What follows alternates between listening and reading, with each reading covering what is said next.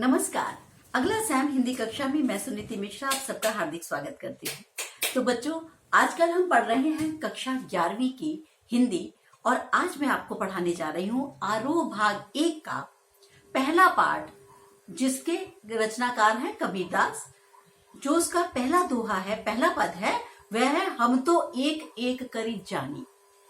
तो मैं पहले आपको कबीरदास का थोड़ा सा परिचय देना चाहूंगी कि आप सब जानते हैं कि जो कबीरदास है वे भक्ति काल के निर्गुण धारा के ज्ञान आश्रय शाखा के प्रतिनिधि कवि हैं। इन पर नाथों, सिद्धों और सूफी संतों का बहुत प्रभाव है। वे कर्मकांड, वेद विचार के विरोधी थे। जाति भेद, वर्ण व्यवस्था, संप्रदाय के स्थान पर वो क्या चाहते थे कि वहां पर प्रेम और सद्भावना और समानता का वो समर्थन किया करते थे। तो जो हमारे कबीरदास जी हैं, आप जानते हैं कि वो अपनी बात को दो टूक बात करने में वो विश्वास करते हैं और वे सीधे सीधे बात करते हैं, जिसमें कि वो आडंबरों का खास विरोध किया करते हैं। एक बात और जो महत्वपूर्ण मैं आपको बताना चाहूंगी यहाँ पर, जो इस पद के विषय में है, ये है बच्चों अद्वैतवाद। उस वक्त दो बात है, द्वैतवाद, अद्वैतवाद। इसको समझना बहुत जरूरी है, ये समझा दूंगी, आपको पद समझ में आ जाएगा। अद्वैतवाद क्या कहता है कि आत्मा और परमात्मा एक है और हमारा जो जीवन यात्रा है उसका अंतिम स्थल क्या है कि हमारी आत्मा का परमात्मा में विलीन हो जाना। तो कबीर जो थे अद्वैतवाद के बेहद समर्थक थे। तो ये जो पहला पद है उसमें उन्होंने अद्वैतवाद के विषय में ही समझाने की चेष्टा की है। आइए पढ़ते हैं। हम तो एक एक करी जाना, दोई कहे तिन्हई को दो जग, जिन नाहिन पहचाना। तो कबीरदास जी क्या कहते हैं कि मैंने तो इस बात को अच्छी प्रकार से जान लिया है, एक एक करी जाना, कि ईश्वर तो एक ही है। यानी इस तरह से क्या किया, कबीर कहते हैं कि मैंने ईश्वर के अद्वैत रूप को पहचान लिया है। दोई कहे तिन्ह को दो जग, दो जग क्या होता है, नरक। तो वो कह रहे हैं कि जो लोग ईश्वर को अलग अलग बताते हैं, जो कहते हैं कि ईश्वर अलग अलग है, आत्मा और परमात्मा अलग अलग है, उनके लिए नरक जैसी स्थिति है। यानी वे कबीर उनको अपमानित करने के लिए कह रहे हैं कि जो लोग आत्मा और परमात्मा को अलग मानते हैं उनके लिए नरक जैसी स्थिति का भान जो है मुझे होता है। एक ही पवन एक ही पानो, एक ही ज्योति समाना। और कहते हैं उस बात का कबीर जो है ईश्वर की अद्वैतता का प्रमाण देते हुए कहते हैं कि एक ही पवन, कि जो हमारा संसार है इसमें एक जैसी पवन बहती है, एक ही पानो, एक जैसा पानी बहता है, एक ज्योति समाना, यानी एक जैसा ही प्रकाश हम सब में समाया हुआ है। एक ही खाक गड़े सब बांडे, एक ही कोहरा साना। कोहरा क्या होता है बच्चों, कुम्हार। खाक मने मिट्टी, भाड़े मने बर्तन। तो वो कह रहा है कि जैसे कुम्हार भी, जो कुम्हार होता है वो एक ही तरह की मिट्टी के सब बर्तन बनाता है, भले ही उसका रूप और आकार अलग हो। कोई लोटा बन गया, कोई कटोरी बन गई, कोई घड़ा बन गया, कोई सुराही बन गई, लेकिन मिट्टी सबकी एक है ना। तो इसी प्रकार से जो है ईश्वर जो है तरह तरह के प्राणी भले ही गढ़ता हो, आप कोई जाति कह लो, धर्म कह लो, काला गोरा, ऊंचा नीचा, कुछ भी कह लो, लेकिन उसकी मिट्टी एक ही है, यानी परमात्मा तो एक ही है। जैसे बाड़ी काट ही काटे, अग्नि न काटे कोई। अब वो कह रहे जैसे जो बढ़ई है, वो बाड़ी मने बढ़ई, बढ़ई लकड़ी को तो काट सकता है, काट मने लकड़ी, बढ़ई लकड़ी को तो काट सकता है, लेकिन आग न काटे कोई, अग्नि न काटे यानी आग को वो नहीं काट सकता। सब घटी अंतरी तू ही व्यापक, धरई स्वरूपे सोई। कह रहा और इसी प्रकार से जो आत्मा है वो क्या है, वो सदैव विद्यमान रहती है और अंतर ही तू ही व्यापक, सबके घट में मतलब सबके अंतर में तू ही व्यापक रूप में स्थित रहता है। धरे स्वरूपई कोई, यानी चाहे वो कितने भी रूप धारण क्यों ना कर ले। माया देखी के जगत लुभाना। कह रहा ये जो संसार है ये माया के जाल में फंसा हुआ है और इसी को देखकर वही जो माया है वही इस संसार को लुभाती रहती है। कहा रे नर गर्वाना, अरे नर तू किस बात का गर्वाना, मतलब गर्व करता है, किस बात का घमंड करता है तू। निर्भय भया कछु नहीं व्यापे। और अंत में कबीरदास क्या बताते हैं कि मनुष्य जब निर्भय हो जाता है, तब उसे ना माया का डर सताता है, ना किसी और प्रकार का मरने का डर सताता है, यानी उसे कुछ नहीं सताता। कहे कबीर दीवाना, कह रहा जिस प्रकार से मैंने बताया आपको कि जब उसको ज्ञान हो जाता है कि परमात्मा एक ही है और हमारा अंतिम जो यात्रा है वो परमात्मा से मिलन है, तब हम निर्भय हो जाते हैं। और इसी प्रकार से मैं निर्भय हो गया हूं, कभी अपने आप के लिए कहते हैं कबीर, और मैं ईश्वर का दीवाना। कहे कबीर दीवाना, यानी मैं तो बैरागी हो गया हूं, मैं दीवाना हो गया हूं। तुम मुझे विक्षिप्त कह सकते हो, लेकिन मुझे क्या है, मुझे सच्चे ज्ञान की प्राप्ति हो चुकी है। ठीक है, ये बहुत सुंदर पद है। आत्मा और परमात्मा को एक बताया गया है। एक एक में बच्चों यमक अलंकार है, अनुप्रास अलंकार आप देख ही रहे हैं, उदाहरण अलंकार है जहां पर वो कुम्हार का उदाहरण दे रहा है, जहां पर वो बढ़ई का उदाहरण दे रहा है। माया मोह गर्व की व्यर्थता पर प्रकाश डाला है। खाक और कोहरा में रूपक अतिशोक्ति अलंकार है, और भाषा सधुकड़ी है, और सारे पद इनके गेय हैं जिन्हें हम बड़ी सदा अच्छे से प्रेम से गा सकते हैं। ठीक है, अब चलते हैं हम लोग आगे। संतो देखत जग बोराना, साच कहो तो मारन भागे, झूठी जग पतियाना।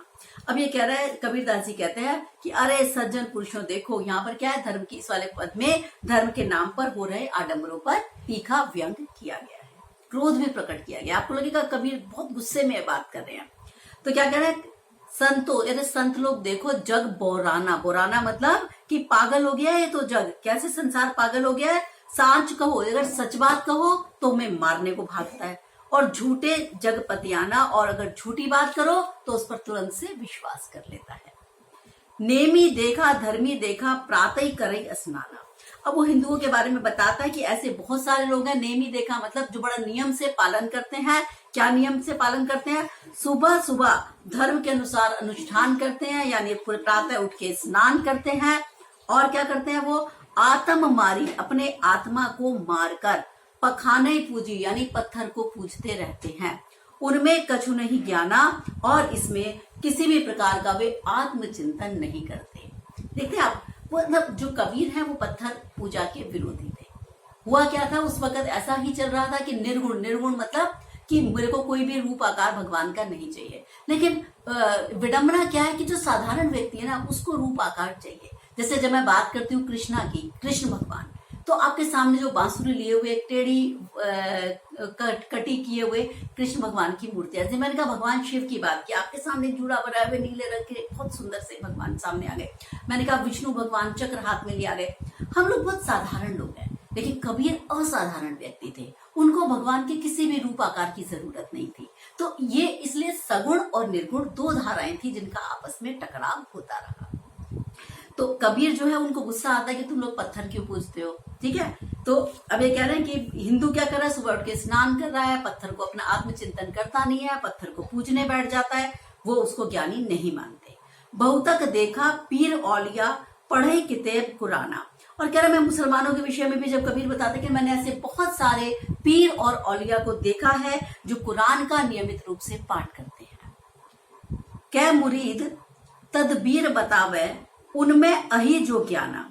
और कह रहा जो मुरीद मतलब होता है शिष्य, और कह रहा वो अपने शिष्यों को भी तरह तरह के उपाय बताते रहते हैं कि ऐसा कर लेना आपको लाभ होगा, ऐसा कर लेना आपको लाभ होगा। ऐसे पाखंडी लोग खुद तो खुदा के विषय में जानते नहीं, बल्कि क्या करते हैं, औरों को अज्ञान बांटते रहते हैं। यानी वे ढोंगी योगियों पर भी चोट करते हैं। इसीलिए क्या बता रहे हैं, चोट करते हुए, आसन मारी डिम्ब धरी बैठे। डिम्ब धरी मतलब आसन बिछाकर घमंड के से फटने हैं, बिल्कुल घमंड में बैठे हुए हैं। मन में बहुत गुमाना, मन में बहुत अहंकार भरा हुआ है। पीपर पाथर पूजन लागे, तीरथ गर्व भुलाना। और कहता है ऐसे लोग घमंड में भरकर क्या कर रहे हैं, पीपल को, पत्थरों को पूजते रहते हैं और तीर्थ यात्रा करके बहुत ही गुमान करते हैं कि देखो मैं तो काशी चला गया, कोई कह रहा है मैं हज कर आया, कोई कह रहा है मैं हरिद्वार हुआ आया। तो कह रहा है इस तरीके की बातें करके वे गुमान यानी घमंड करते रहते हैं। टोपी पहिरे, माला पहिरे, छाप तिलक अनुमाना। और ये क्या करते हैं कि कुछ लोग टोपी पहन लेते हैं, कुछ लोग माला धारण कर लेते हैं, कुछ लोग राम नाम की छापा लगा लेते हैं, राम नाम की चादर ओढ़ लेते हैं। देखा ना, ओम नमः शिवाय या स्वस्तिक बने हुए ऐसी कपड़े पहनते हैं या अपने ऊपर छपवा लेते हैं, और बड़े बड़े तिलक लगवा लेते हैं, तिलक लगाते हैं। और ये क्या है, साके शब्द गावत भूले आत्म खबरी न जाना। आत्म खबरी मतलब आत्मा का रहस्य तो जानते नहीं। और साखी और शब्द, साखी शब्द क्या है कि साखी और शब्द तो वो गाना ही भूल गए हैं। जैसे कबीर ने लिखे ना साखी शब्द, तो कह रहा है उत्तम वचनों का पालन तो ये करते नहीं है, ना उनके गीत गाते हैं, बल्कि क्या करते हैं, आत्मा के रहस्य की खबर तो उन्हें कुछ है नहीं, इन आडंबरों में ही लगे रहते हैं। हिंदू कहे मोहि राम प्यारा, तुर्क कहे रही माना। अब हिंदू कहता है मेरा तो, मुझे तो सबसे जो प्यारा है वो मेरा राम है और वो ही ईश्वर है। इधर से तुर्की लोग क्या कह रहे हैं कि नहीं भाई अल्लाह है, रहीम है, वो रहीम की पूजा करते रहते हैं, रहीम की उपासना करते हैं। आपस में दोनों लड़ी मुए मर्म न कोहू जाना, कह रहे और दोनों आपस में लड़ के मर जाते हैं, लेकिन कोई भी वास्तविक मर्म तक, ईश्वर की आत्मा के रहस्य तक नहीं पहुंच पाता। घर घर बंतर देत फिरत है महिमा के अभिमाना। और इन लोगों को क्या है कि ये इतने अज्ञानी लोग हैं, ये पाखंडी गुरु घर घर जाकर लोगों को मंत्र भी देने की चेष्टा करते हैं कि ये मंत्र अपना लो, ये मंत्र अपना लो, आपको लाभ हो जाएगा। गुरु के सहित सिख सब बूढ़े अंतकाल पछताना। अब ये कह रहा है कि गुरु के साथ साथ उनके शिष्य भी अज्ञान में बूढ़े मतलब डूबे हुए हैं, और अंतकाल में उनको पछतावा होता है, यानी उनको अंतकाल में पछताना पड़ेगा कि उन्होंने आत्मा के रहस्य को छोड़कर आत्मा परमात्मा का ज्ञान तो प्राप्त किया नहीं, सारा जीवन इस तिलक छापे में ही निकाल दिया, आडंबर में ही अपना जीवन व्यतीत कर दिया। कहे कबीर सुनो भाई संतो ये सब भरम भुलाना। अब कबीरदास जी कहते हैं कि भैया ये सब माया जो को वो सब कुछ मान लेते हैं, इस माया के भ्रम में ही ये ईश्वर को, वास्तविक ईश्वर को भूल बैठे हैं। केतिक कहो कहा नहीं माने सहज समाना। कबीरदास जी कहते हैं मैं इनको कितना समझाऊं, कितना ही समझाओ, वे सब नहीं मानते हैं। सहज समाना कि यानी ईश्वर तो, सच तो बात है, ईश्वर तो सहज साधना से प्राप्त हो जाते हैं। जिसने कहा ना कर का मन का डारी दे, मन का फेर। भैया मन को फेरो तुम, हाथ के मनके की माला को त्याग दो। कबीरदास जी कहते ना कर का मन का डारी दे, मन का फेर। और बहुत कुछ इन्होंने कहा है, काकर पाथर जोड़ी के मस्जिद लई बनाए, ताचड़ी मुल्ला बांक दे का बहरा हुआ खुदाए। कि बहरा है खुदा, मुल्ला चढ़ के उस पर बांक दे रहा है। इसी तरीके से उन्होंने हिंदुओं के लिए भी कहा है कि उन्हें भी मंदिरों में जाकर तिलक छापा करने की जरूरत नहीं है, जिसमें वो कह रहे हैं कर का मन का डारी दे, यानी हाथ के मनकों की माला को छोड़ो भाई, मन के मनकों को फेरो। बहुत ही उत्तम इनका साहित्य रचा हुआ है, जहां पर ईश्वर की एक सत्ता है और संसार के हर प्राणी के दिल में ईश्वर है।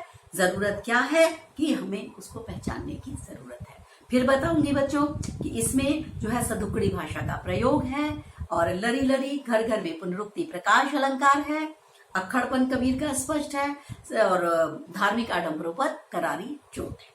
तो बच्चों ये था हमारा आज का पाठ, जिसमें आपने पढ़ा हम तो एक एक करी जाना और संतो देखो जग पुराना। अब मैं आपको मिलूंगी अगले पाठ के साथ, तब तक के लिए मुझे आज्ञा दीजिए। नमस्कार।